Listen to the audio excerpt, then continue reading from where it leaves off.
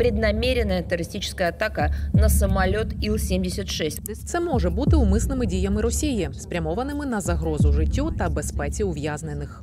Вместо того, чтобы этот обмен состоялся, украинская сторона нанесла удар по этому самолету. Очевидно, що росіяни граються із життям українських полонених, з почуттями рідних та з емоціями нашого суспільства. Тиждень після того, як ми дізналися про падіння військово-транспортного літака Іл-76 у Білгородській області Росії, обмін звинуваченнями і припущеннями не припиняється. Ані Росія, яка звинувачує Україну у збитті літака, ані Україна, яка, зрозуміло, не має доступу до місця катастрофи, досі не висунули фінальної версії, що саме сталося. Російська сторона стверджує, що на борту Іл-76 перебували 65 українських військовополонених, яких нібито везли на обмін, і навіть демонструвала буцімто українські документи загиблих, знайдені на місці трощі. Росіяни кажуть, нібито був і другий літак з військовополоненими, але його вчасно розвернули.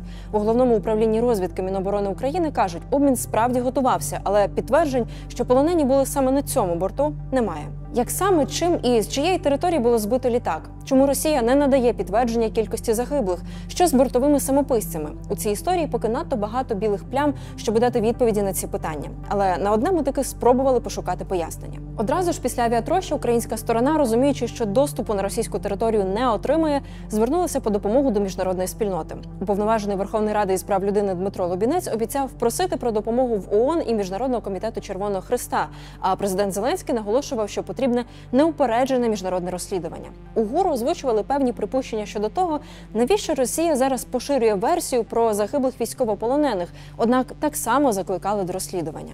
Добре, ми не довіряємо росіянам, росіяни не довіряють нам. Значить, ми формуємо групу з представників третіх країн, експертів, розслідувачів, які отримують повний безперешкодний доступ до матеріалів справи, до місця трощі, і зможуть дати до чорних скриньок, зокрема, і тоді зможуть прокоментувати ситуацію, що насправді сталося в 30-кілометровій зоні, де йдуть активні бойові дії, зоні, яка насичена надзвичайно системами ППО і протиракетної оборони ворога, де працюють групи переносних зенітно-ракетних комплексів. Що там насправді сталося? У цьому відео ми пояснимо, наскільки можливим є незалежне міжнародне розслідування, хто саме може його проводити, і які шанси, що у ньому взагалі буде сенс, враховуючи обмежений доступ на територію Федерації. А ще спробуємо провести певні паралелі і зробити висновки із двох інших резонансних злочинів Росії, де вона заперечувала свою провину, висувала власні версії, а врешті отримала докази своєї причетності. У день публікації цього відео Володимир Путін заявив, російська експертиза встановила, що Іл-76 збили американською системою Петріот із території України. А ще, що Росія наполягатиме на міжнародному розслідуванні катастрофи. Однак ми не знаємо, що Москва вкладає у це поняття і які країни хоче залучити до цього розслідування. Тож у цьому відео пояснюємо саме про доступні Україні інструменти міжнародного слідства. По-перше, спробуємо розібратися, хто повинен розслідувати справу і хто може долучитися до цього процесу. Оскільки катастрофа сталася на території Росії, це один із небагатьох фактів, які ми тут знаємо напевно, її мають розслідувати правоохоронні органи Російської Федерації. Слідчий комітет Росії справді завів справу за статтею про теракт наступного дня після авіатрощі. Але враховуючи, що ми почули у заявах Росії про ймовірно загиблих громадян України, які були на борту, логічно, що й Служба безпеки України розпочала власне кримінальне провадження. І ми розуміємо, що українська сторона в таких випадках була досить, її можливості були досить обмеженими для розслідування цих злочинів. Тетяна Катриченко – одна із співавторок розслідування медійної ініціативи за права людини іншого резонансного злочину, який був скоєний Росією на непідконтрольних Україні територіях. Теракт у колонії в Оленівці, який стався влітку 22-го і забрав життя понад півсотні українських військовополонених, один із прикладів, який ілюструє, наскільки складно розслідувати злочини на території, яка тимчасово окупована Росією і де вона встановлює свої правила. І саме вона вирішує, кого пускати на місце злочину. До слова, тоді риторика Кремля була чимось подібною до ситуації з Іл-76. Росія теж наполягала, що колонію обстріляли зумисне з українського боку із реактивних систем залпового вогню «Хаймерс» і навіть намагалися демонструвати докази цього. Після трощі ІЛ теж є заяви про використання західної зброї. Врешті, з офіційних розслідувань української сторони щодо Оленівки ми досі знаємо доволі мало, а Росія публічно теж не озвучувала нових даних, версій і доказів. У цій історії є ще один доволі сумний аспект. Майже одразу після теракту в Оленівці генсекретар ООН Антоніо Гутерріш оголосив, що організація створює спеціальну місію, яка збиратиме докази і з'ясовуватиме, що сталося тієї липневої ночі в колонії. Однак уже за 5 місяців місія була розпущена, адже не змогла отримати доступу на місце події для збору доказів. Чому їм не вдалося отримати доступ? Тому що подібні структури, подібні групи по розслідуванню, подібні місії, вони створюються не як щось обов'язкове для виконання, а як договірний такий процес. Це договірний процес. Тобто всі сторони зацікавлені, вони таким чином чи іншим погоджуються, що вони готові для того, щоб ця група працювала для з'ясування певних обставин. Але ніякого немає зобов'язання, що одна з цих сторін буде сприяти, допускати, допомагати. Такого зобов'язання немає. Чи може ООН якось допомогти розслідувати катастрофу Іл-76? Тим паче, що ми говоримо про доступ на не просто окуповану Росією територію України, а саме на російську. Із попередньої практики це здається малоймовірним. Та з іншого боку, в межах ООН є механізми, які могли би посприяти міжнародному розслідуванню, наголошує Марк Еліс, експерт з міжнародного кримінального права. За його словами, навіть якщо Росія відмовляється співпрацювати, Україна в односторонньому порядку може звернутися до міжнародних партнерів, і це матиме сенс. Правда, серед інструментів ООН доведеться одразу ж викреслити головний, який міг би ухвалити рішення про розслідування обов'язкове для виконання – Раду безпеки ООН, адже Росія витуватиме будь-яке рішення, яке суперечить її поглядам на ситуацію, і вже використовує цей майданчик для тиражування своєї версії. Дарма, що на скликаному нею Радбезі так і не представила доказів на її підтримку.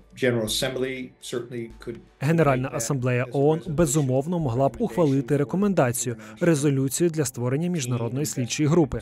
Або це може бути група держав, які б зібралися разом і заявили: ми хотіли б створити міжнародну групу експертів, щоб провести розслідування. Критичним моментом тут є те, чи підтримують обидві сторони такий запит, щоб провести розслідування, яке було б найбільш надійним і призвело б до більш точного висновку про те, що сталося. Якою буде реакція Росії, доволі просто зрозуміти наперед. Ми вже бачили міжнародні судові процеси, де Росія, маючи власну версію подій, відмовлялася будь-як співпрацювати зі слідством. Так, катастрофа MH17 у 2014 році сталася за доволі відмінних обставин, на той момент гібридного конфлікту, а не повномасштабної війни, та й після зволікання росіян групу міжнародних слідчих на місце падіння пасажирського літака все-таки пустили. Важливо те, що це був перший судовий процес, який зміг довести: російська версія подій безпідставна та й, по суті, брехлива, а стріляли в Боїнг з російського Бука, який привезли з російської території. Коли ми записуємо це відео, ми практично нічого не знаємо про докази, які були зібрані або, ймовірно, знищені на місці падіння Іл-76 російською стороною. Ймовірно, навіть якщо й буде міжнародне розслідування, частину з них буде складно або й уже неможливо відтворити. Що більше часу спливає, то важче це стає, через те, що докази підроблюються, видаляються або просто погіршуються з часом. І я гадаю, що у цьому випадку важливо продовжувати чинити тиск і висувати пропозиції щодо потреби в незалежному міжнародному розгляді інциденту. І якщо міжнародне співтовариство зацікавлене і прийме це запрошення, ситуація буде рухатися уперед. Комісія ООН, яка працювала над збором доказів щодо теракту в Оленівці, не змогла добитися того, щоб її пустили на місце події. Однак докази, які можна зібрати там, далеко не єдині. У жовтні минулого року управління Верховного комісара ООН з прав людини оприлюднило звіт із новими деталями і висновками щодо теракту в колонії в тимчасово окупованій Оленівці. На основі інтерв'ю із понад 50 свідками і постраждалими, а також аналізу доступних відео і фотографій, ООН підтвердила раніше озвучені організацією дані про те, що вибухи не були спричинені пострілами з хаймерсів. Важливим джерелом даних щодо теракту в Оленівці були також супутникові знімки. Власне, саме завдяки їм стало зрозуміло, звідки вели вогонь по колонії.